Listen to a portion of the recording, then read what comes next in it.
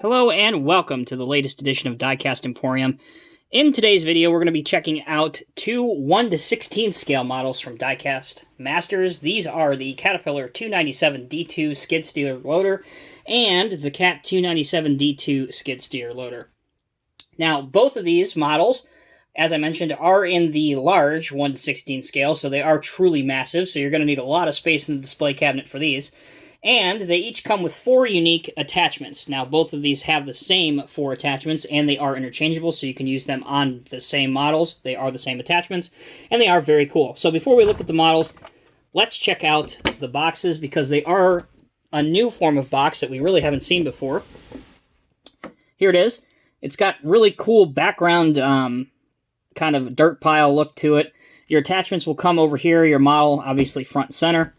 1/16 scale, item number will be 85603 for the 297 D2, and it'll be 85602 for the 272.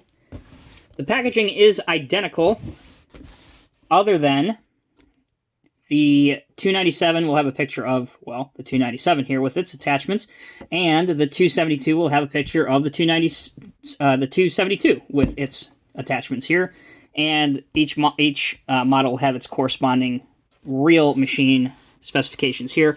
But just for time's sake, I'm just going to show you the box for the 297. If you want to check out that machine's specific specification details, please pause the video now and you can read all about it.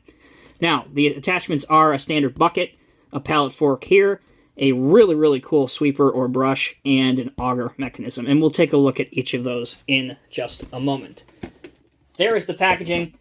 Inside the packaging, you do get the catalog, and inside the catalog is a very brief instructional sheet on how to unfold the pallet forks, but that's really an unnecessary inclusion because it's very simple to do. But for beginning collectors, I guess it's a nice inclusion nonetheless. So the first model we'll take a look at is the Cat 272 D2. This is the rubber-tired skid steer. And probably the most striking thing that you'll notice immediately is just how big this machine is. It is truly massive. I mean, it's huge. 1/16 scale is huge. I don't know any other way to describe it. So one of the cool features about these, and both of these models have this, and there's even a little cool handle here. The door to the cab does open, and it's modeled in plastic. And inside, you have Cat on the back of the seat, and a very nice detailed interior with levers, joysticks, that kind of thing. And it does snap shut. So if you have a applicable 1/16 scale figure, although I'm not sure of who makes one that large, you can put him inside the cab. In terms of functionality, both of these models have the same angle of tilt, dump, and the height is the same on both of these, and I'll demonstrate that. So it appears as though they were modeled identically that way. And it is a bit shallow for what the real machine perhaps can achieve to scale, but there is the max height. Here is the max dump. And here is the max cut.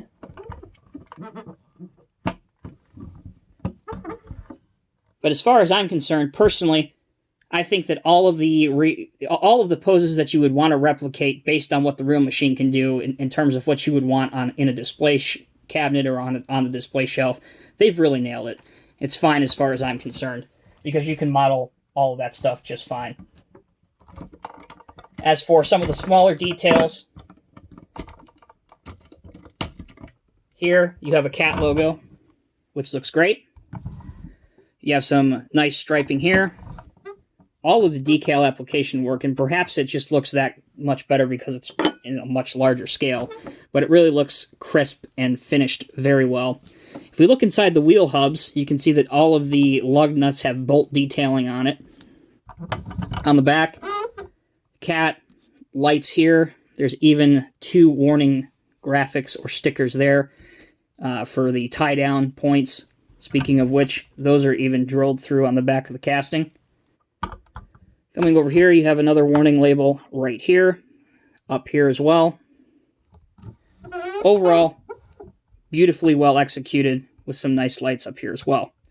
Now, as for the attachments, you may have seen when I took it off that it's molded simply for functionality and not necessarily realism.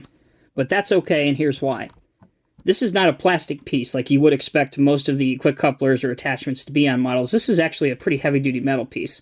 And I like that because it's not going to wear out over time. So it may not mimic necessarily the realism you would want, but at least it's built robustly and it's not necessarily going to wear out over time. The drawback of that is, because it's a heavy-duty metal piece, if you consistently switch out attachments, not only are you going to wear out the attachments, but you're probably going to chip paint on this. But at least it's robust enough where that's not likely going to break. So you've already seen the bucket.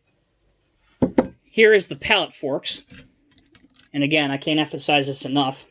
Both of these models come with the same 4 attachments, and they are universal, meaning that you can use the pallet forks that come with the 272 on the 297. So as for how they're attached, they have this little plastic piece right here, and you put that little plastic piece, and it's easier to do this by raising the arms up. Make sure this is centered, and just slipping it over the baseboard and locking it into place. And there you go. So there's what the pallet forks look like, and the pallet forks are adjustable side to side. So you can do that. Alright, so we've seen what those 2 attachments look like. Now, what I think is probably one of the cooler attachments is the brush. Now, before I put it on, let's check it out a little closer up. It says CAT BA118C, which I'm not sure is a real attachment or not. My guess is it probably is. And it's loaded with a bunch of warning graphics all over it that add some realism to it. The brush itself actually moves, and it's soft to the touch, which is super, super cool. So let's see what it looks like attached.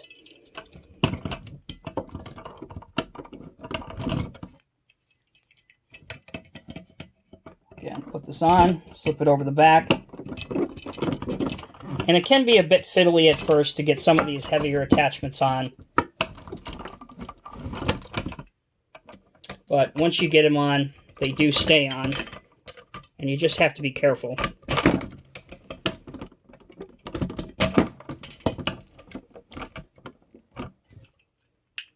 Like I said, it can be a bit fiddly.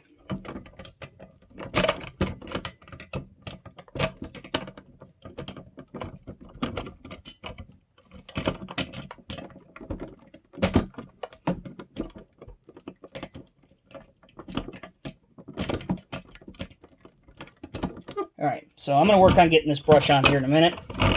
While I do that, let's take a look at the 297 D2, which, as I said, is pretty much the same as the 297 in terms of what it can do. And I've already got the auger on this one. Now, one thing I wanted to note and show you guys is, while this is a rubber tracked machine, the tracks roll extremely well, which is really good to see. And the warning graphics, the decals, all that stuff is identical to the 272. So let's take a closer look at the auger. Now this one has, my camera will focus here. So this one has CAT A26B on the actual auger. This part of it is metal, and this part of the auger is plastic. It doesn't spin or anything, but really on the machine it tends to look really, really good. So let me go ahead and take a quick break right here. Let me go ahead and put the sweeper on, and we'll come right back and take a look at that. So bear with me 1 second, we'll be right back. Alright guys, we're back. So it took a little bit of modification, but we managed to get the attachment on. These videos don't always go perfectly. So, we managed to get it on. What happened was, and I don't know if this was just on mine, but one of those little notches, one of these little notches, right here, was bent back so far that it wouldn't go over the quote-unquote quick coupler. So what I did was I actually just pushed it out a little farther and made sure it was level with the other one. And as soon as I did that, it slipped over, and bada bing, bada boom, it went on, no problem. So, if that ever happens to you guys with any of the attachments, just take like a little bit of a